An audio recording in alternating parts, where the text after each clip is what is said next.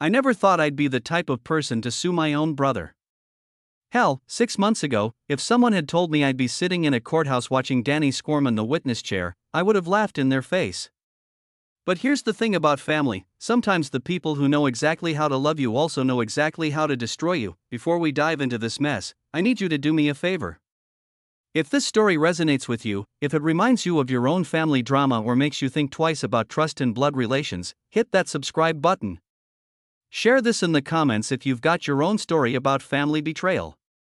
And please, stick with me until the end, because what happened next, well, let's just say justice comes with a price tag nobody warns you about. My name's Jake Morrison, and up until this past spring, I thought I knew who I was. 42 years old, married to Sarah for 18 years, 2 kids, Emma, 16, and Tyler, 13. I run a small farm equipment repair shop in Cedar Falls, Iowa. Nothing fancy, but it keeps us comfortable. Most importantly, I'm the older brother. The responsible one. The one who always looked out for Danny, even when he made it damn near impossible. Our dad, Frank Morrison, died 3 years ago. Lung cancer. 30 years of Marlboro Reds finally caught up with him.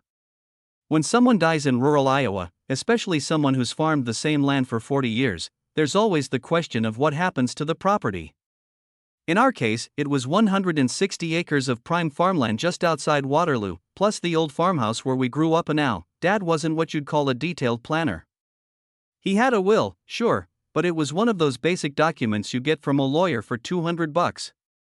The land was to be split equally between Danny and me. Simple enough, right, wrong. See, Danny's always been complicated. 3 years younger than me, but somehow he always acted like the world owed him something. After high school, he bounced around, community college for a semester, a few dead-end jobs, 2 divorces by the time he was 35. He's not a bad guy, exactly. He's just never been able to get his shit together long enough to build anything that lasts. After Dad died, we had this conversation. I remember it perfectly because it happened on a Tuesday evening in March, right after we'd finished clearing out Dad's tools from the barn. We were sitting on the front porch of the old house, drinking Busch Light and watching the sun set over the cornfield that wouldn't be planted for another month. So what do we do with all this? Danny asked, gesturing at the land spread out in front of us. What do you mean? I asked, though I had a feeling I knew where this was going. The land, Jake. The house. All of it. We can't both farm it. He was right about that. I had my business in town, and Danny had never shown much interest in farming. Dad used to joke that Danny couldn't grow weeds if you paid him. We could rent it out, I suggested. Keep it in the family, let someone else work it. Split the income. Danny was quiet for a long time, peeling the label off his beer bottle. Finally, he looked at me with this expression I couldn't read. What if we sold it? Sold it? The idea hit me like a physical blow. Danny, this land's been in our family for 3 generations. Grandpa bought this place in 1952. I know the history, Jake. But what's the point of holding on to something neither of us is gonna use? We could split the money, and I could finally get back on my feet. Maybe start that auto shop I've been talking about. I stared at him. Danny had been talking about starting an auto shop for 15 years. Every time he needed money, every time he had a new get-rich-quick scheme, it always came back to this mythical auto shop. Dad would roll over in his grave, I said. Dad's dead, Jake. Danny's voice had an edge to it now. And maybe if he'd been a little more practical about money when he was alive, he would have left us something we could actually use instead of a bunch of debt and a farmhouse that needs $30,000 in repairs. That stung because it wasn't entirely wrong. Dad had always been land rich and cash poor. The property taxes alone were killing us, and the old house did need work. But still, I can't do it, I said. I can't sell Dad's land to some stranger. Danny finished his beer and stood up.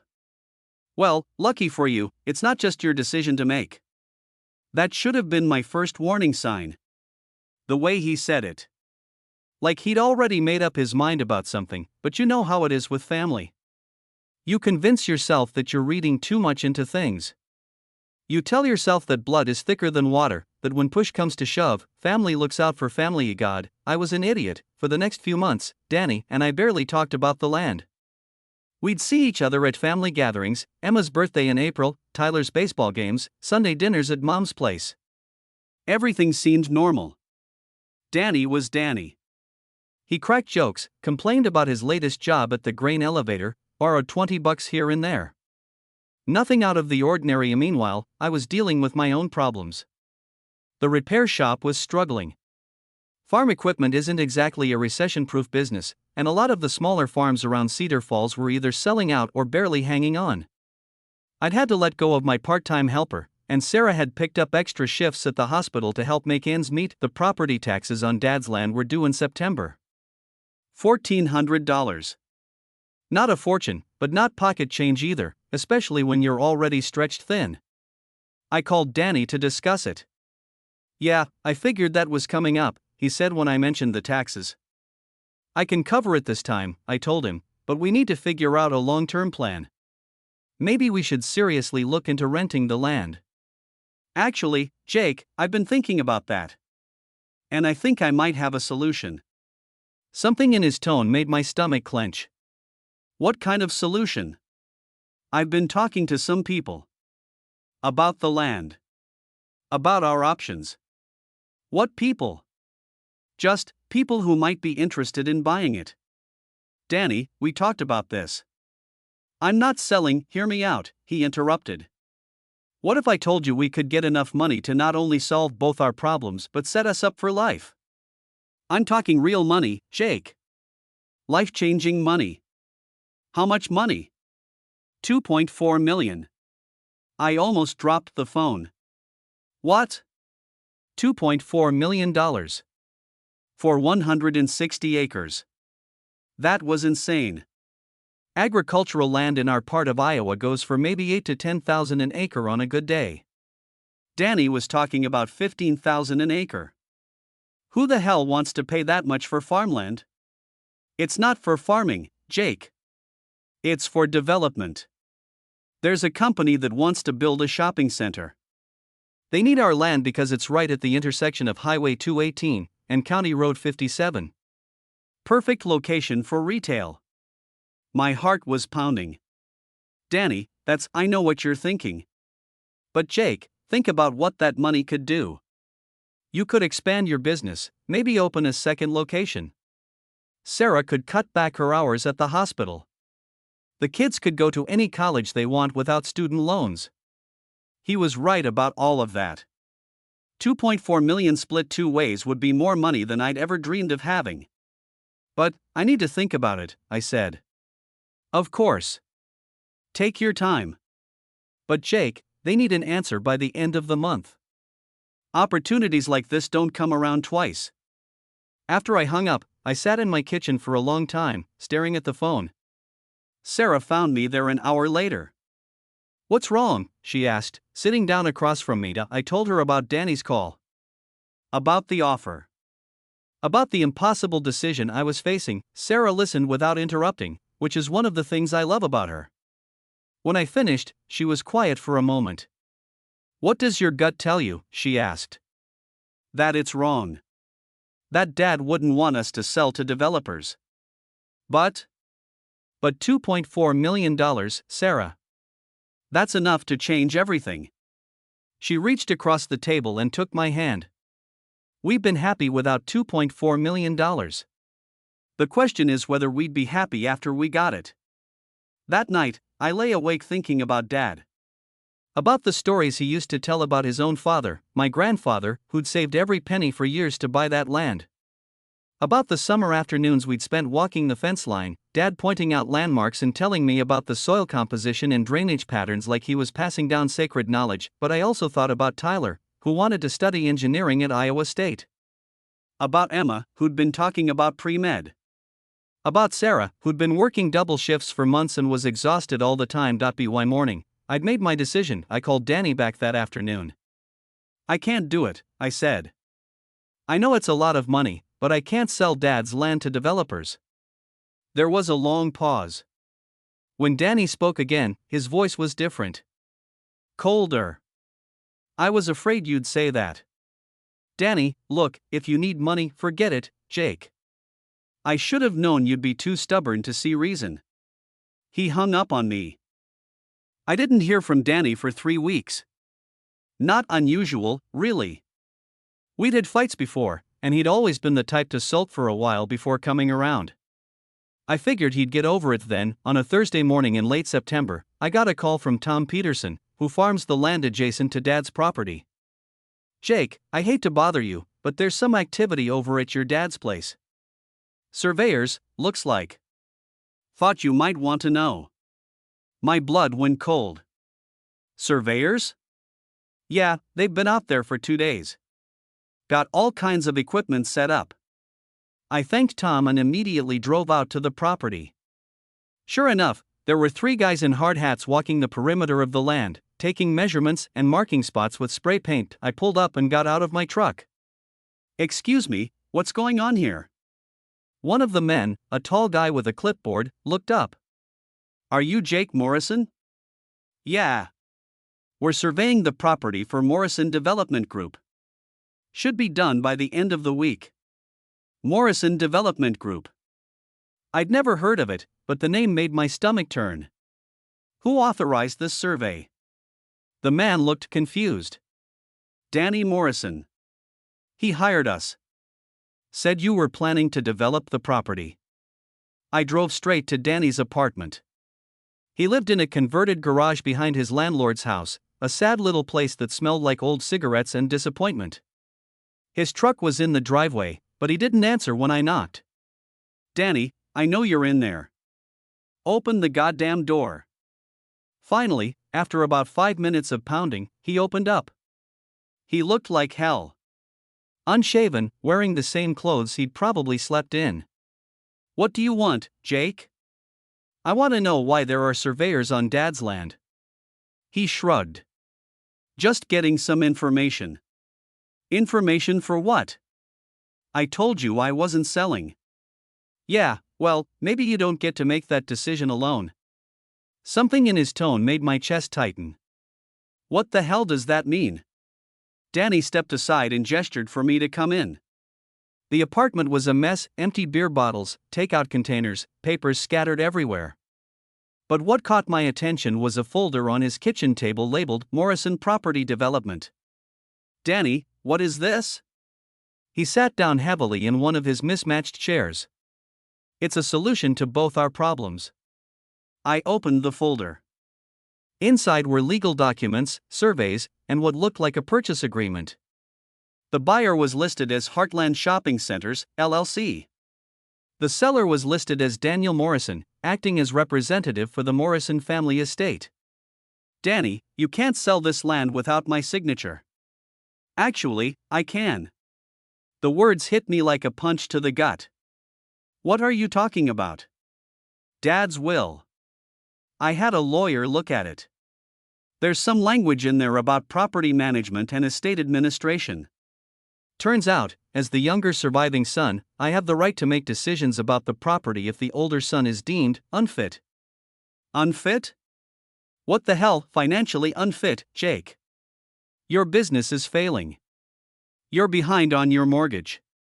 Sarah's working overtime just to keep you afloat. A court could easily determine that you're not in a position to make sound financial decisions about family assets. I stared at him, trying to process what he was saying. You're lying. I'm not lying. I've already filed the paperwork. You son of a bitch. Danny looked away. It doesn't have to be like this, Jake. Just sign the papers. Take your half of the money. We can both walk away from this happy. And if I don't? Then I'll have you declared financially incompetent, and I'll sell it anyway. The only difference is you'll spend a fortune on lawyers and still end up with nothing. I wanted to hit him. I wanted to grab him by the throat and shake him until he came to his senses. But instead, I just stood there, staring at my little brother, this person I'd protected and supported and believed in for 42 years, and realized I'd never really known him at all. Dad would be ashamed of you, I said quietly. Dad's dead, Danny replied. And the living have to look out for themselves. I left Danny's apartment in a daze. The drive home felt like it took forever. When I walked through the front door, Sarah took one look at my face and knew something was wrong. What happened? I told her everything. About the surveyors, about Danny's threats, about the legal documents claiming I was financially unfit to make decisions about family property. Sarah listened in silence, her face growing paler with each detail. When I finished, she was quiet for a long time. Can he really do that? She asked finally. I don't know. I need to talk to a lawyer. The next morning, I called every attorney in Cedar Falls. The first 3 were too busy to see me. The fourth, a guy named Richard Knowles who specialized in estate law, agreed to meet with me that afternoon. Knowles was about 60, with gray hair and the kind of calm demeanor that probably served him well in family disputes. He listened to my story without interrupting, occasionally taking notes on a legal pad. Do you have a copy of your father's will? He asked when I finished. I handed him the document. He read through it carefully, frowning. This is problematic, he said finally. What do you mean? The language your brother is referring to does exist. It's poorly worded, but there is a clause about property management in cases where one beneficiary is unable to fulfill their fiduciary responsibilities. My heart sank. So he can sell it? Not necessarily. The key word is unable. Your brother would have to prove that you're genuinely incapable of making sound decisions about the property. The fact that you're experiencing some financial difficulties doesn't automatically qualify. Some financial difficulties felt like an understatement, but I let it slide. What are my options? We can fight it. File a counterclaim arguing that you're perfectly capable of managing your share of the inheritance. But I have to warn you, Mr. Morrison, these cases can get expensive quickly. And messy. How expensive? If your brother's serious about this, and if he's got a decent lawyer, we could be looking at 6 months to a year of litigation. Probably $20,000 to $30,000 in legal fees, minimum. $20,000 to $30,000. Money I didn't have. And if I lose? If you lose, your brother gets the right to sell the property. You'd still be entitled to your share of the proceeds, but you'd also be responsible for his legal fees on top of your own. I felt sick. And if I win? If you win, the property stays in joint ownership, and you maintain your right to veto any sale. But winning isn't guaranteed, Mr. Morrison. These cases often come down to which side presents a more compelling argument about financial responsibility. I left Knowles' office feeling defeated. $20,000 to $30,000 to fight for the right to keep property that was rightfully mine anyway. Money I didn't have, to fight a brother who'd already proven he was willing to lie and manipulate to get what he wanted that night. Sarah and I sat at our kitchen table going over our finances, trying to figure out how we could possibly afford a legal battle. The numbers were depressing. We had maybe $3,000 in savings. Our credit cards were close to maxed out. The equity in our house was tied up in a second mortgage I'd taken out 2 years ago to keep the repair shop afloat. What if we refinance again? Sarah suggested. We're already leveraged to the hilt. No bank's going to give us another loan. What about your mom? Could she help? I shook my head. Mom was living on Social Security and Dad's small pension. She didn't have that kind of money. Maybe I should just let him sell it, I said finally. Sarah looked at me sharply. Is that what you want? No. But maybe it's what we have to do.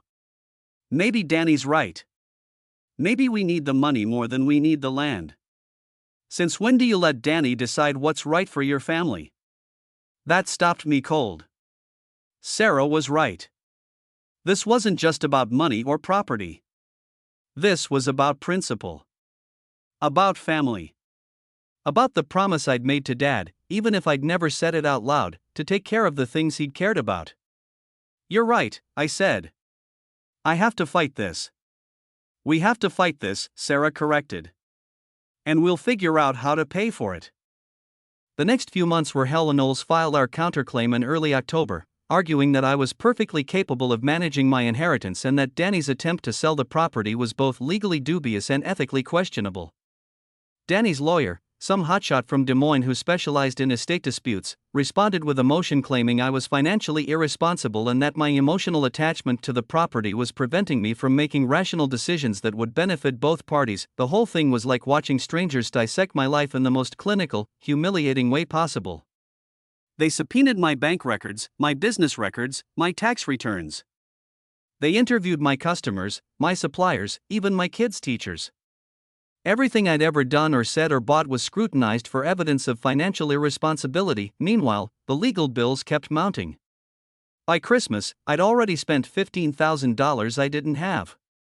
I'd borrowed against my life insurance policy, taken cash advances on every credit card we owned, and Sarah had picked up a second job waitressing at a diner on weekends. The worst part was watching what it did to my family. Emma stopped talking about college, probably because she'd figured out we wouldn't be able to afford it. Tyler quit the travel baseball team he loved because we couldn't cover the fees. Sarah developed stress headaches that kept her awake at night, and through it all, Danny acted like nothing had changed. He still showed up at family gatherings, still cracked jokes, still acted like the same easygoing little brother he'd always been. The only difference was that he'd started driving a new truck, a Ford F-150 that probably cost more than I made in 6 months. "Where'd you get the money for that?" I asked him at Mom's Christmas dinner. "Advance on the land sale," he said, like it was the most natural thing in the world. The buyers were happy to front me some cash. "The land hasn't been sold yet. But it will be. My lawyer says we'll have this wrapped up by spring." I wanted to throw him through Mom's front window. Instead, I just walked away. The case finally went to trial in March. By then, I'd spent over $25,000 and was facing the very real possibility of losing our house. Sarah had developed an ulcer from the stress, and my business was barely surviving. I'd had to lay off my remaining part-time employee and was basically running the shop by myself. The trial lasted 3 days. Danny's lawyer painted me as a financial disaster who was too sentimental to make rational decisions about valuable family assets. My lawyer argued that financial struggles didn't equal incompetence, and that Danny's secretive maneuvering proved he was acting in bad faith. On the witness stand, Danny looked nervous for the first time since this whole mess started. Knowles grilled him about the timing of his legal filings, about his failure to discuss the sale with me before moving forward, about the advance he'd taken from the buyers. "Mr. Morrison," Knowles said, "isn't it true that you entered into negotiations with Heartland shopping centers without your brother's knowledge or consent?" "I was exploring options," Danny replied. "That's not illegal. And isn't it true that you accepted money from these buyers before you had legal authority to sell the property?" Danny's lawyer objected, but the damage was done. The judge, a stern woman named Patricia Hoffman, was clearly not impressed with Danny's behavior. When it was my turn on the stand, I tried to be honest about our financial situation without sounding incompetent. Yes, the business was struggling. Yes, we'd had to make some difficult choices. But no, I wasn't incapable of managing property or making sound financial decisions. "Mr. Morrison," Danny's lawyer asked during cross-examination, "if you're such a sound financial decision-maker, why is your business failing?" "It's not failing," I said. "It's struggling, like a lot of small businesses. But I've been running it successfully for 12 years. "Successfully?